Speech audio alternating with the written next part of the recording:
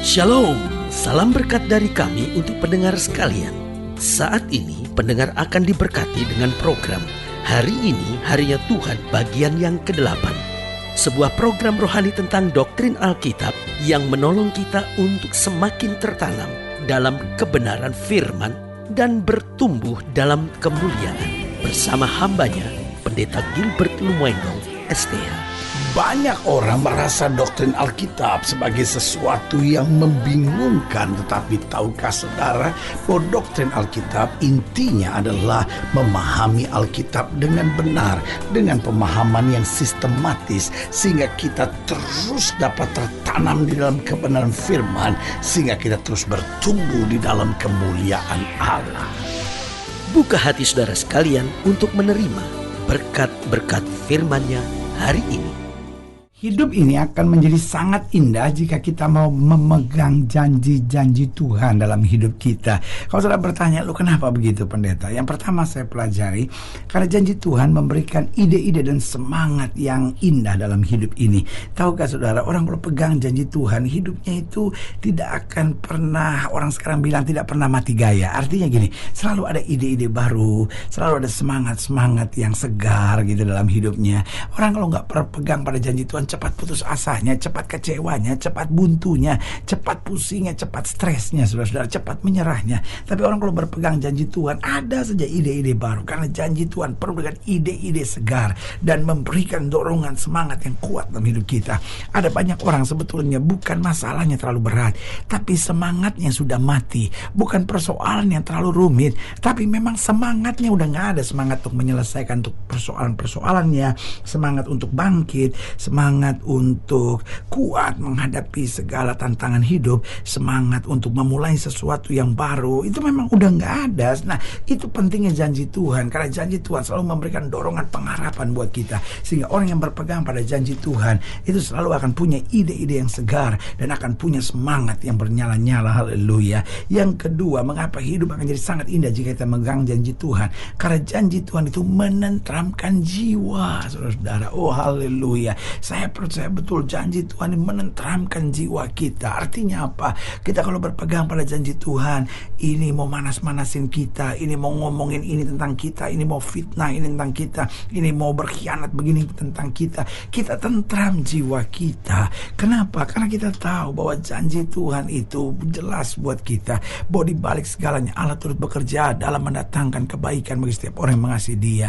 Dunia ini penuh dengan orang-orang yang emosi, dunia ini penuh dengan orang-orang yang kecewa, dunia ini penuh dengan orang-orang yang stres, dan repotnya ditambahnya dengan apa? Orang-orang yang suka manas-manasin, sehingga hancur dunia ini, panas dunia ini. Nah, hidup Kristen indahnya kalau kita pegang janji Tuhan, jiwa kita tentram. Orang datang ngomong begini, orang datang bawa kabar negatif gini, kita pandang Tuhan aja, kita tenang aja, karena kita tahu pembela kita Tuhan yang tidak pernah mengecewakan kita. Haleluya. Yang ketiga saya pelajari, kenapa janji Tuhan membuat hidup kita sangat indah? Karena janji Tuhan memberi keberanian buat kita dan membuang segala ketakutan kita. Jadi saudara gue yang kasih dalam Tuhan, orang kalau memegang janji Tuhan, segala ketakutannya lenyap. Dia bukan nekat, tapi punya keberanian tersendiri. Karena dia jelas percaya sesuai dengan iman akan jadi pada kita. Artinya apa? Artinya orang yang pegang janji Tuhan, dia akan melangkah dengan iman. Karena itu Alkitab dengan tegas berkata, orang benar akan hidup dengan iman.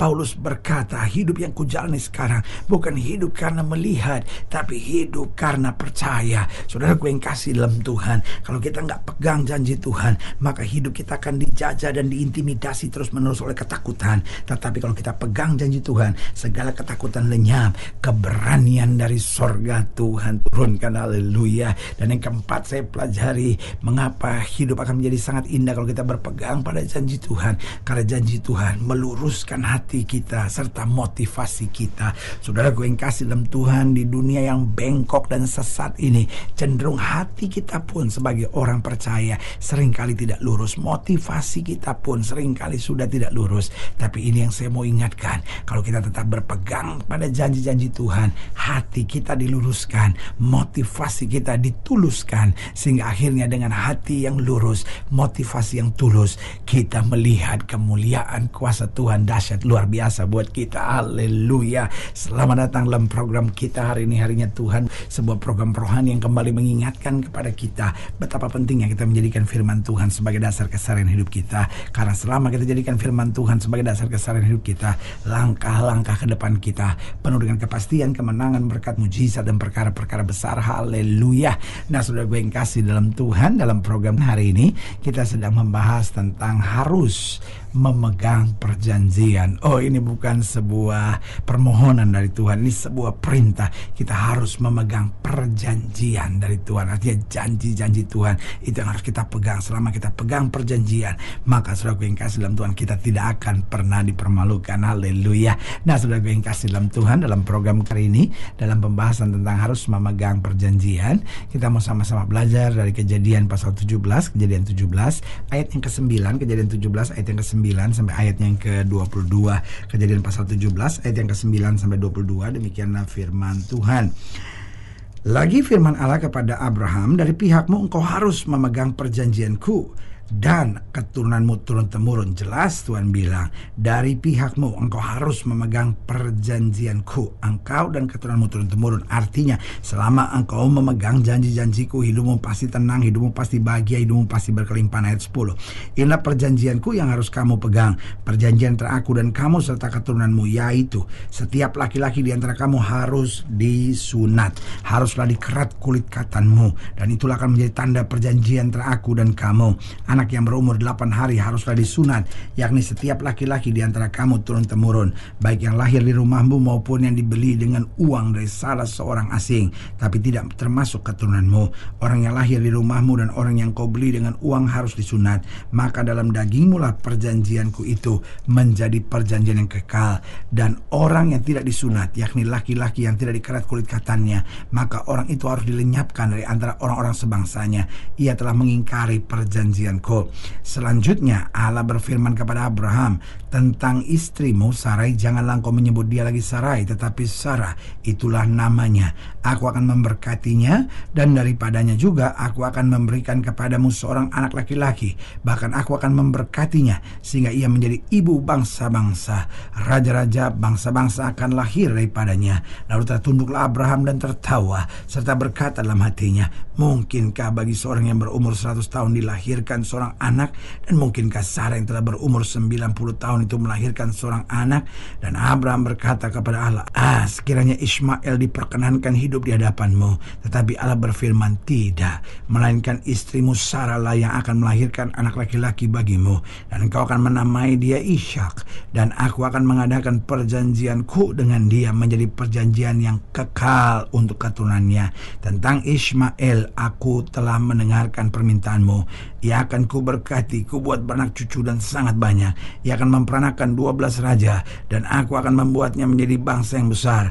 Tapi perjanjianku akan kuadakan dengan Ishak. Ia akan dilahirkan Sarah bagimu tahun yang akan datang. Pada waktu seperti ini juga, setelah selesai berfirman kepada Abraham, naiklah Allah meninggalkan Abraham. Saudaraku yang kasih dalam Tuhan, syaratnya cuma sederhana. Tuhan juga tahu bahwa Abraham sudah pernah gagal, tetapi syaratnya sederhana, harus memegang perjanjian. Saudaraku yang kekasih dalam Tuhan, pertanyaannya, mengapa kita harus memegang perjanjian Tuhan? Saya pelajari betul, jika kita memegang perjanjian Tuhan dalam hidup kita, maka kita otomatis jadi sabar dalam keseharian kita.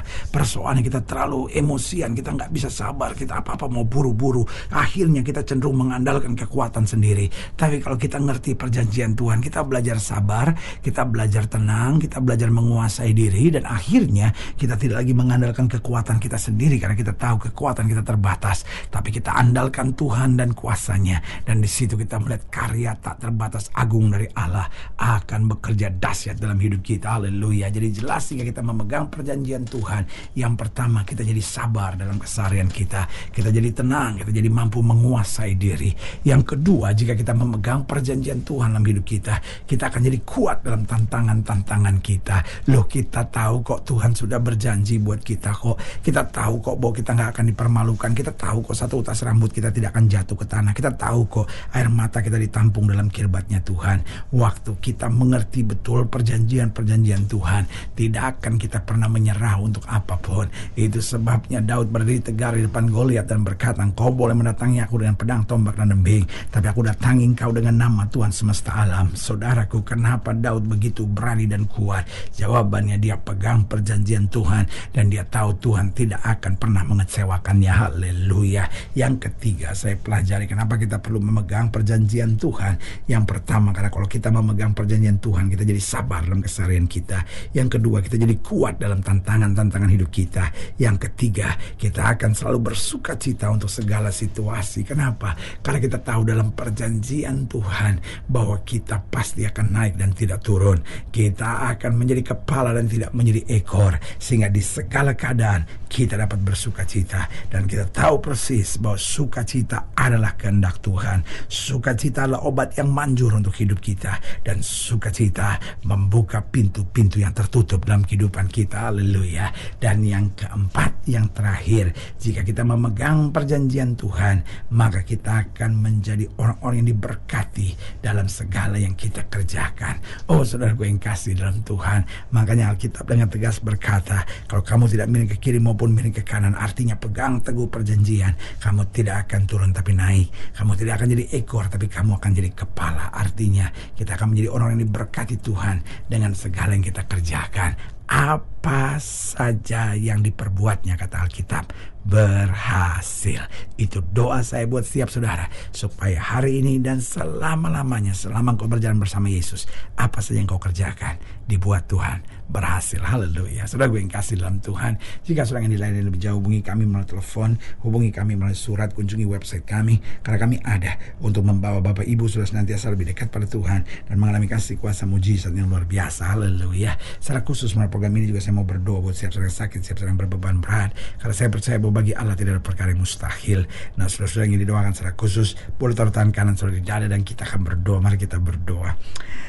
Bapa, dalam nama Yesus, hamba doa buat yang sakit, hamba doa buat yang berbeban berat, hamba doa untuk setiap mereka yang sedang menghadapi masa-masa yang sukar, karena hamba percaya bagi Allah tidak ada perkara yang mustahil. Bapa, secara khusus hamba doa buat mereka yang taruh tangan kanannya di dada, di dalam nama Yesus Tuhan jamah. Yang sakit Tuhan sembuhkan, yang lemah Tuhan kuatkan, yang susah Tuhan hiburkan, yang jatuh Tuhan angkat, sehingga hari-hari yang penuh kemenangan boleh berlaku. Secara khusus hamba doa buat mereka yang taruh tangan kanannya di dada, di dalam nama Yesus Tuhan jamah. Anugerah kekuatan berkat boleh terjadi, sehingga kami tetap memegang perjanjian Tuhan. Kami menjadi sabar, kami kuat, kami bersuka cita, dan kami melihat berkat-berkat Tuhan dinyatakan. Di dalam nama Yesus kami berdoa. Haleluya. Amin. Saudara gue yang kasih dalam Tuhan, kita sudah berdoa. Ingat, Allah tidak pernah lalai menepati janjinya. Inilah saatnya buat kita untuk bangkit, bersemangat, bersuka cita dalam menghadapi segala perkara. Karena kita tahu Yesus hidup, Yesus berkuasa, dan selalu menyediakan yang terbaik buat anak-anaknya. Doa saya menyertai saudara. Sampai berjumpa pada program berikut, dan jangan lupa, jadikan hari ini harinya Tuhan. Haleluya.